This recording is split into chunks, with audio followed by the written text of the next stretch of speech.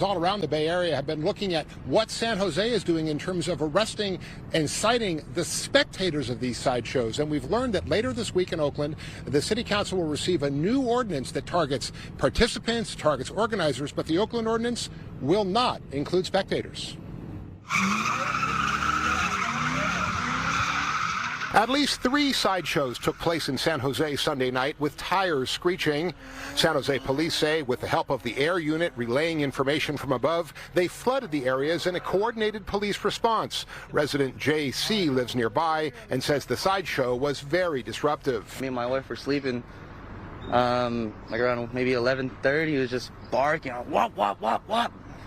A bunch of tire smoke and just sound woke us up, and the family and all that. Just heard a bunch of sirens too. In the end, San Jose police say they arrested 3 suspects for fleeing or evading police, 1 for a felony warrant, 21 spectators were cited, and 3 vehicles were impounded. In Oakland, spectators were seen actually lighting a fire underneath Interstate 880. This sideshow was at 6th and Market. The ring of fire burned as people seemed to jump through it and cars spun in circles.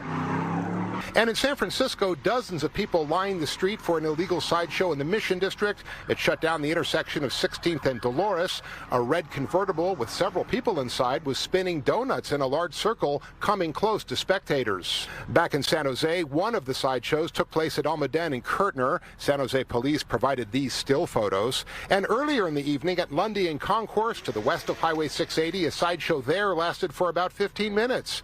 It's not known if the same group or a different group then took part in a sideshow that occurred later near Alum Rock and White on the city's east side. San Jose police are making use of ordinances that allow them to arrest not just the actual drivers, but also spectators at these events, and even those that encourage others to attend through social media. Last year, the Oakland City Council looked at copying San Jose's ordinance, but this week, Councilman Noel Gallo will introduce a new sideshow ordinance which does not include penalties for spectators. Well, my city council members felt that, we're going to be in violation or make mistakes by targeting people that were just happen to be walking by the sideshow, and we didn't want to make that mistake.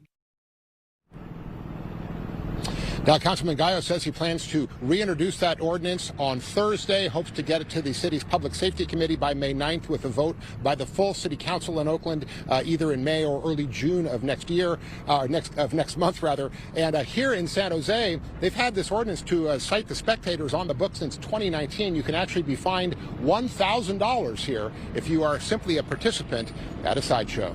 That's a story reporting live in San Jose. I'm Mark Sayer, KTVU, Fox 2 News. Yeah, and Mark, really, as this activity increases and the activity that we see at these sideshows increase, like the fire that you talked about, you can understand why Councilman Gallo is really growing more and more frustrated.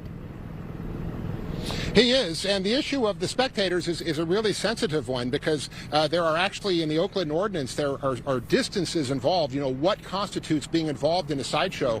All that is spelled out. If someone just happens to be walking within the distance, but just walking by innocently, for example, is that person a participant? So there's some issues that they're going to be looking at. I'm sure there'll be a whole lot of discussion about it when it finally gets to a public hearing. Yeah, as you mentioned, they're going to take that up later this week. Mark Sayer, thank you.